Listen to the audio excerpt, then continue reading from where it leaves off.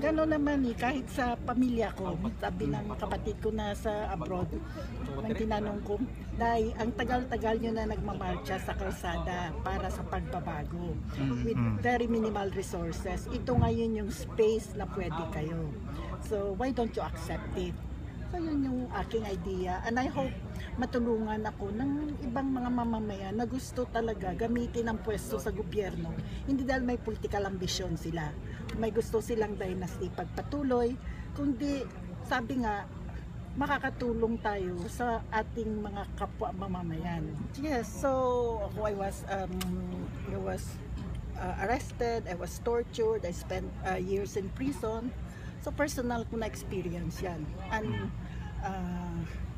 I'm part of the claimants now, no, sa compensation. So President Duterte expressed his own experience. His father was appointed, so it's a different experience. And I don't think he would tolerate the human rights violations that the Marcoses did because they were friends. I think he had already clarified that, you know.